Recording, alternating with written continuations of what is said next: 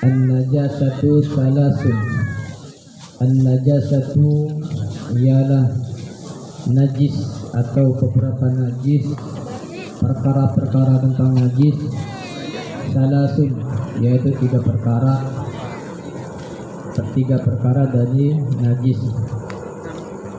Mukhallazatun, pertama ialah mukhallazah, najisnya najis mukhallazah. Wa mukhaffafatun, yang kedua mukhaffafah, yakni najis mukhaffafah. Wa mutawassithah atau wa mutawassithatun, yang ketiga yakni adalah najis mutawassithah. Al-mughallazatu najasatul kalbi, yaitu najis al-kalbi, najis dari anjing atau asu ya. Nah, kalbi. Wal khinziri, yakni babi, bedul, bagong. Wal fara'i, yakni dan anak-anaknya anjing dan babi, ahadihima, di antara keduanya, di antara anjing dan babi. Najis yang pertama yaitu mukhallazah.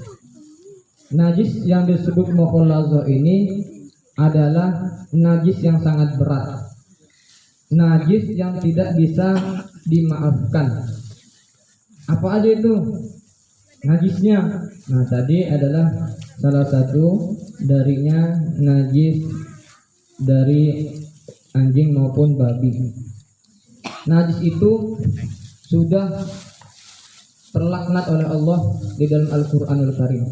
Lalu bagaimana anjing yang di surah Al-Kahfi? Sejarah kisah beberapa pemuda di 300 tahun itu di dalam sebuah gua itu yang diabadikan sejarahnya di surah Al-Kahfi. Maka saya paling senang membaca surah Al-Kahfi setiap hari Jumat, karena itu ada riwayatnya dan dianjurkan membaca surah Kahfi.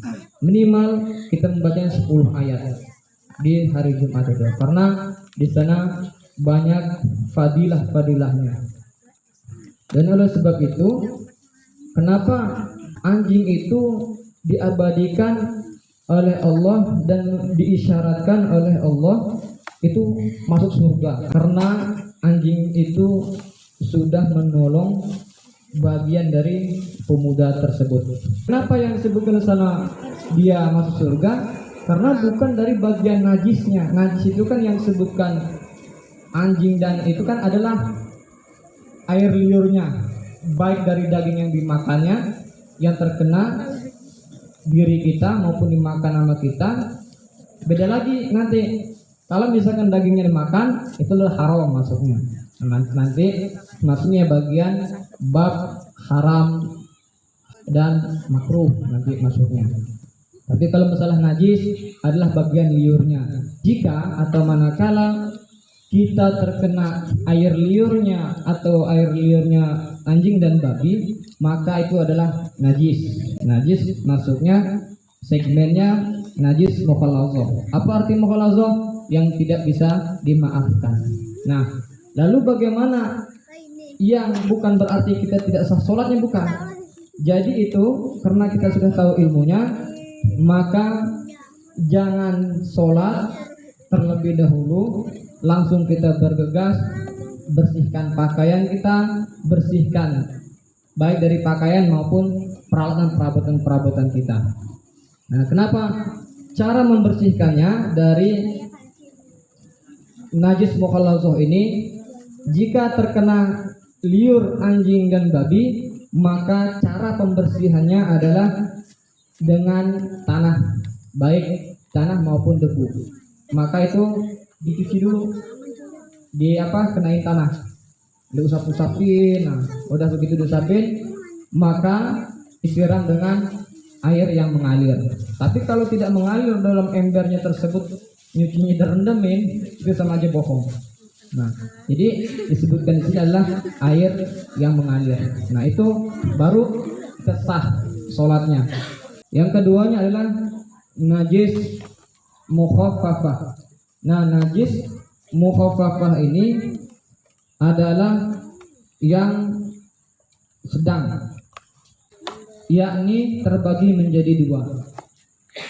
Pertama adalah najis ainiyah, yang keduanya adalah najis hukmiyah. Apa itu najis yang sedang ini terbagi menjadi dua? Ainiyah adalah yang kelihatan wujud, bentuk, dan baunya. Contoh, terkena ada tai cicak. Nah, itu udah jelas tuh. Ada wujudnya, bentuknya hitam dan putih kan.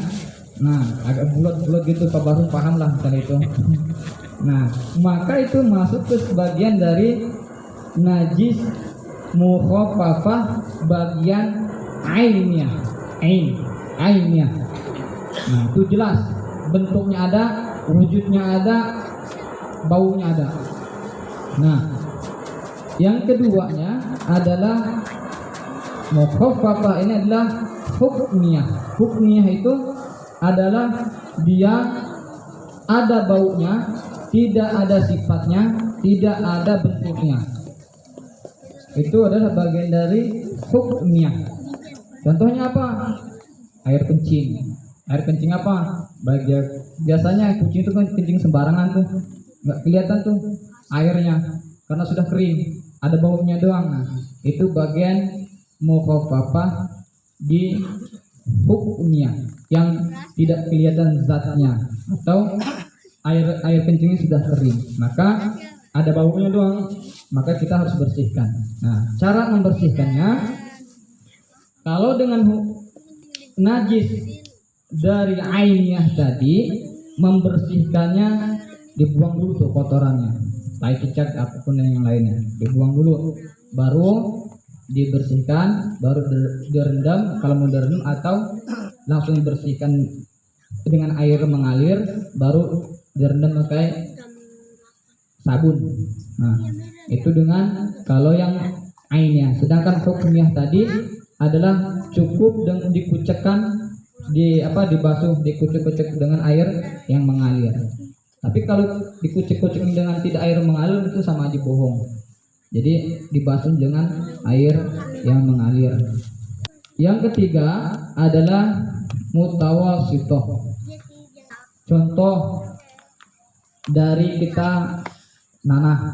Ini nanah dari kita nih, dari badan kita nanah. Nah, itu najis yang bisa dimaafkan.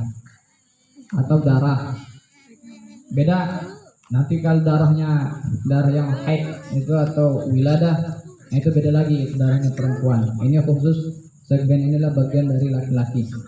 Nah, ini adalah mutawasithah, ini yang biasa, yang dimaafkan.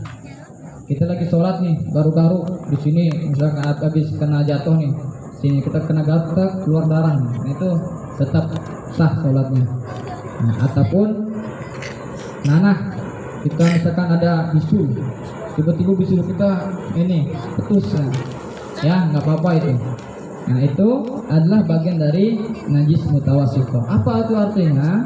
Mutawasithah yang biasa ataupun yang bisa dimaafkan ketika kita ibadah. Nah, atau kita misalkan lagi sholat ada nyamuk yang bawa darah, Allahu Akbar misalkan, adalah ceplok kan, nempel tuh, itu lanjutkan sholatnya.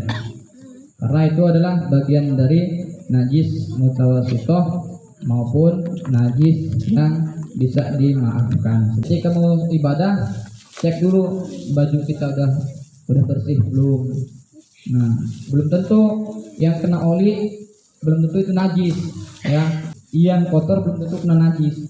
Jadi yang misalkan yang pekerjaannya di bengkel di mana, nih kotor nih mah, kena oli misalkan kayak bensin, itu tidak masuk bagian najis. Kena oli, bensin dan lainnya, itu tidak kena bagian najis. Tetap silahkan sholat. Nah, demikian wallahu a'lam bishawab. Assalamualaikum warahmatullahi wabarakatuh.